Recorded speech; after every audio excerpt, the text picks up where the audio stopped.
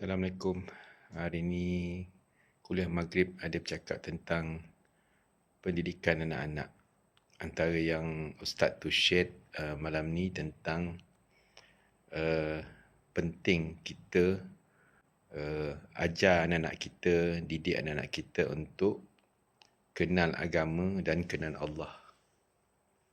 Contohnya kita kena sentiasa tunjukkan contoh kepada mereka yang segala-galanya Allah tetapkan dan Allah yang tetapkan yang terbaik. Maksudnya apa-apa kejadian pun kita tunjuk kat dia. Tunjuk contoh yang kita selalu bergantung kepada Allah. Contohnya kita ajar dia, antara cara kita didik anak kita kenal Allah ialah dengan pastikan anak-anak kita solat. Solat ni ialah arahan Allah.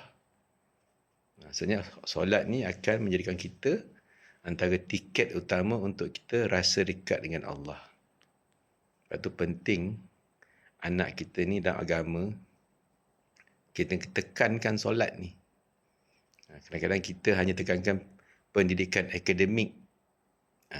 Akademik sahaja. Result exam dekat sekolah bagus atau tidak, tapi kita kurang tekankan tentang agama.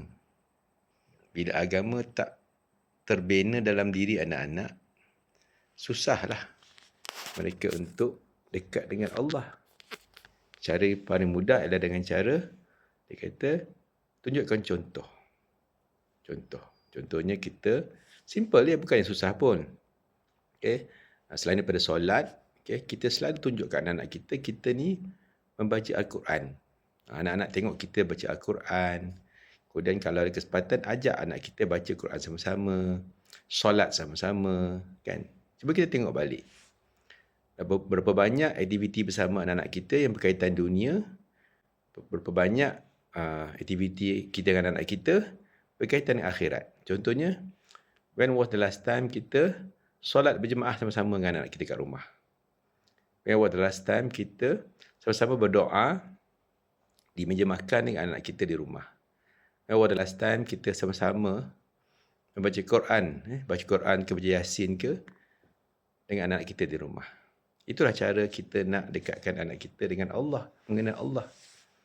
Tunjukkan pada mereka semuanya Allah Ta'ala. Tunjukkan, kita tunjuk contoh. Tunjukkan kita sendiri yakin pada Allah. Contohnya anak kita, ayah ni, contoh hari ni ayah pergi kerja. Ya, ayah kerja apa? Untuk cari rezeki dengan izin Allah. Macam itulah. Kalau kita, anak-anak kita dapat result tak bagus, katakan dia, tak apa, Allah dah tetapkan macam tu, mungkin ada hikmah di sebaliknya. Maksudnya everything Allah. Okay? Sebab tu itulah caranya. Tapi the best way is kita dah tunjukkan.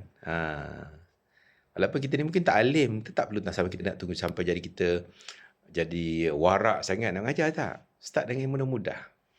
Sebab tu penting kita sebagai parents pun sentiasa kita punya upgrade ilmu agama kita. Kan? Itulah. Penting tu. Itulah itu yang saya dapat daripada kuliah ni. Penting sangat kita ajar anak-anak kita dari kecil lagi tentang mengenal Allah. Segalanya daripada Allah, segalanya Allah tetapkan. Itulah sama-sama lah kita cuba baiki diri kita ni, selain daripada kita sibuk belajar tentang dunia, nak hebat dalam pasal hal dunia, ilmu-ilmu dunia. Jangan lupa ilmu-ilmu untuk dekatkan kita dan anak-anak kita dengan Allah. InsyaAllah. Assalamualaikum warahmatullahi taala wabarakatuh.